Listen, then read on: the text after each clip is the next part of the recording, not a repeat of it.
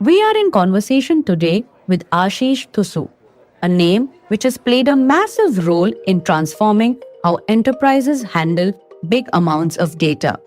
From his early days at Oracle in 1998 to making critical changes to data processing at Facebook, Ashish has been at the forefront of every major shift in enterprise technology over the past 2 decades. Then, the entrepreneurial bug bit him.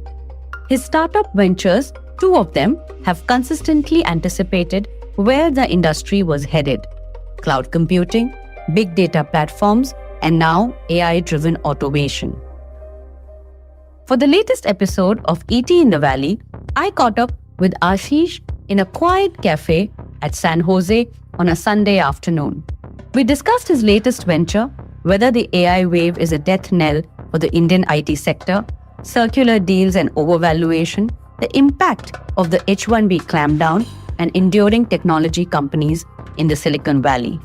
It's Wednesday, the 17th of December. I am Surabhi Agarwal. This is the Morning Brief.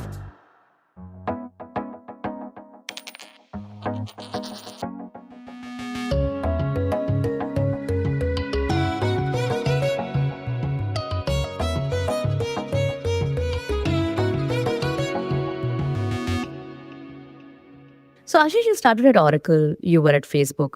Tell me a little bit about your journey in the Silicon Valley. So I came to the Valley in 98, building database servers in Oracle.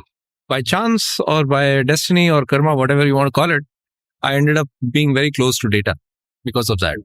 So after Oracle, I did a small startup in between and then joined Facebook, Meta, when it was called Facebook. And the problem of big data was there. There's a lot of data, but the processing speeds were not there, so you could not really analyze all this data. So that's where I created this project called Apache Hive. This was back in 2007, which started the big data industry. Then, one thing led to the other, and now multiple companies came out of the whole big data journey. In 2011, then I left Meta, Facebook, as it was called at that time.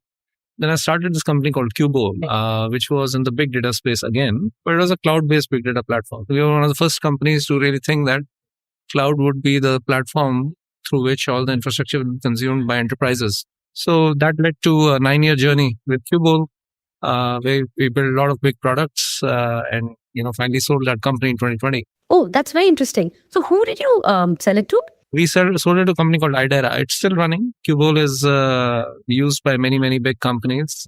So that was 2020.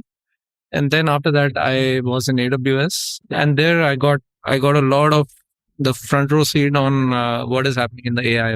So you spent considerable time building all of these advanced technology systems at Oracle and Facebook. How did the entrepreneurial bug bite? I'm really curious to understand that. 2023.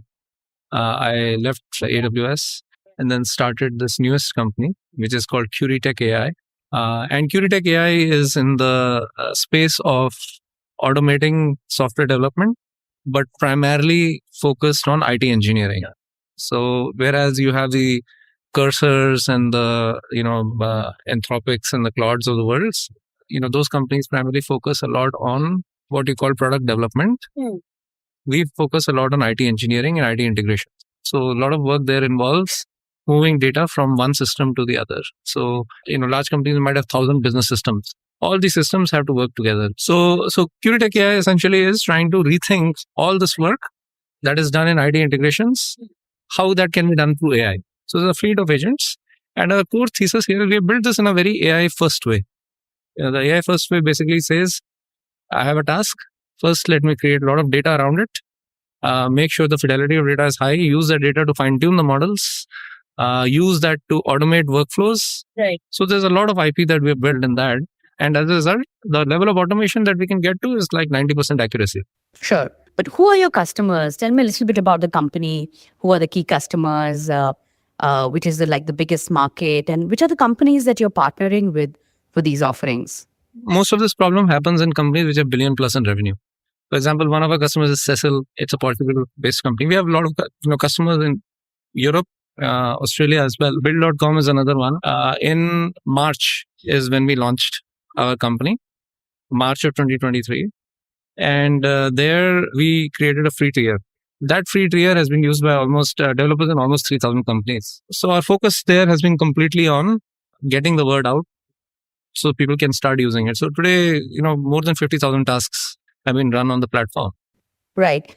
So Ashish, you are in Silicon Valley, which is sort of, in the middle of all of the AI action. Most of the AI investment or the companies which are making a significant difference in AI is all centered in Silicon Valley and San Francisco.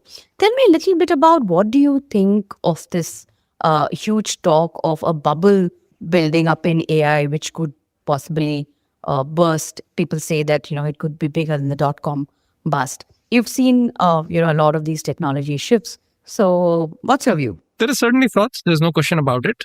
But you have to be very careful in terms of when there's fraud. So you don't have to throw the baby out with the bathwater.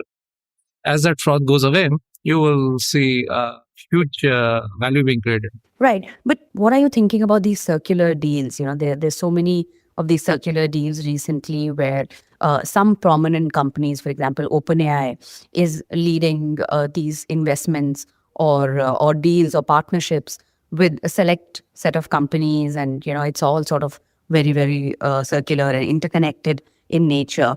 There are also talks of overvaluation, and there's this talk of risk being concentrated in a particular set of companies. So, how do you read this? If you take a linear way of looking at things, then it won't make sense.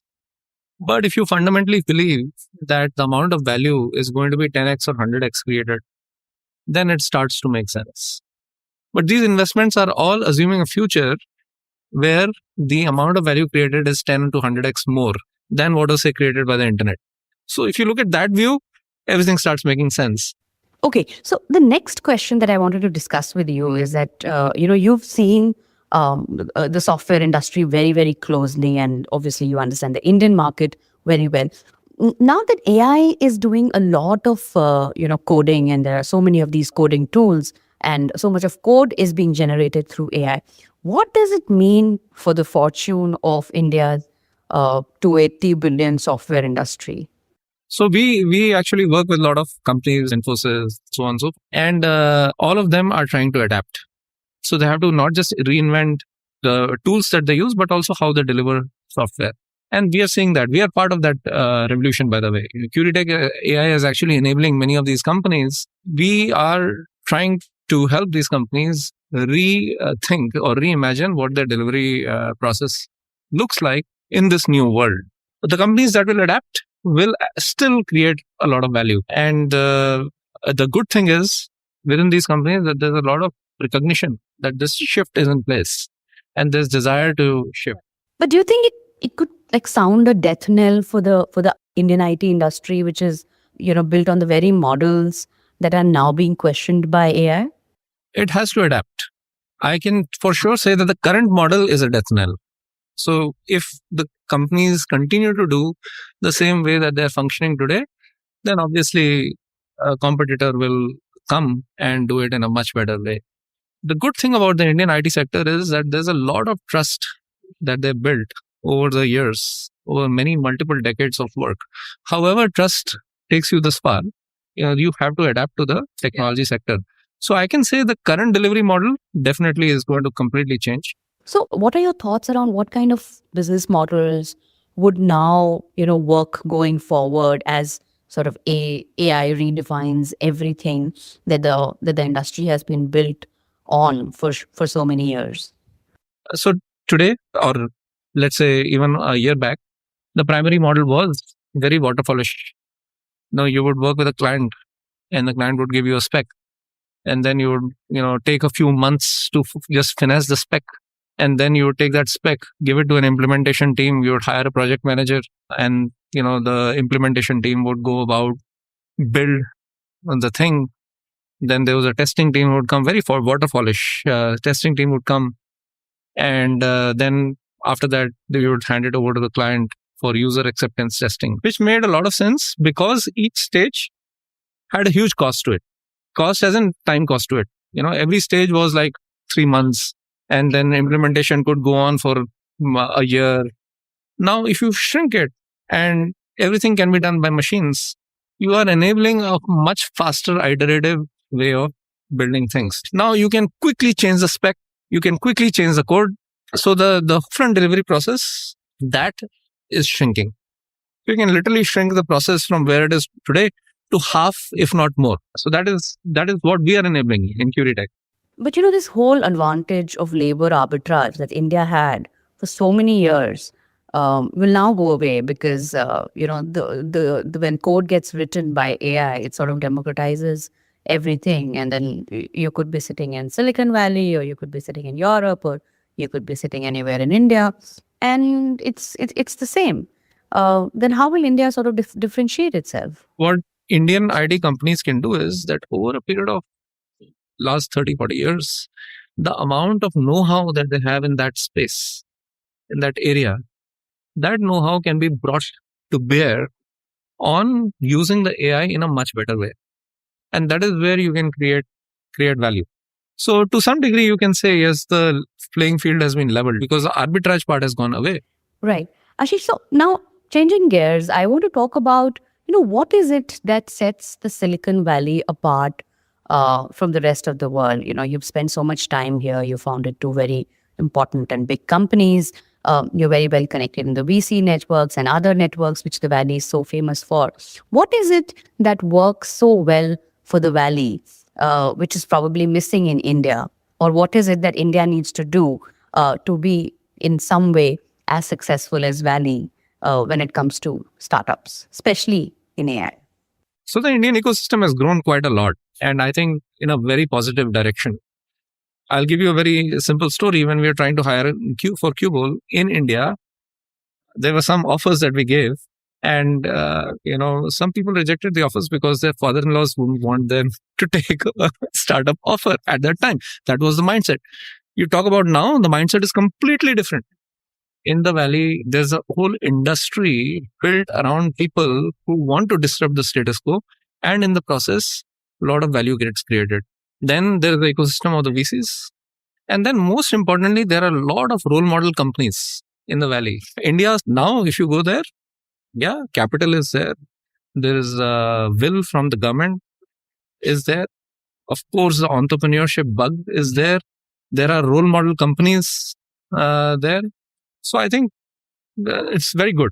I want to now talk about another very, very important issue, which is this entire clampdown of the H-1B visas, the furor which is happening around it. Is the US doing a disservice to itself by clamping down on the entry of immigrant employees? I mean, you yourself are an immigrant. You've come here, you've worked at big companies, you've founded two very successful companies which employ lots of people. So what happens when people like you can't come to US anymore? Give me a long-term answer on this. It is hard to say. I came on H1. I'm a product of H1. I think right now the pendulum has swung too much or to one side. And I think we have to wait for a few months to see where it sort of lands. Right. But do you think that it also makes it very, very difficult for companies to hire, good talent from, say, countries like India or China? I mean, as it is, we all know that tech talent, especially AI talent, is so scarce right now in the US, right? So how do you look at this? Yeah, so there is that, and you will see a lot of Valley companies have been built on that. But at the same time, there was also abuse. So, that abuse obviously has to be stopped. I don't think it will go away. I think the pendulum will swing somewhere in the middle. I sure hope it's land somewhere which is sane, because there's a lot of great talent it'll be sad to not be able to access that talent from companies like us. Ashish's insights reveal both the promise and the challenge ahead for India's IT sector. While labor arbitrage may diminish, deep domain expertise can become a competitive advantage when combined with AI. As companies grapple with integrating thousands of business systems, his AI-first approach to automation represents the next frontier. That's it for today. This episode was produced by Anirban Chaudhary, sound designed by Indraneel Bhattacharjee. A new episode of ET in the Valley drops every Wednesday. Catch our other shows, The Morning Brief every Tuesday, Thursday, and Friday, and Corner Office Conversations every alternate Monday, wherever you get your podcasts. Do listen in, and thank you.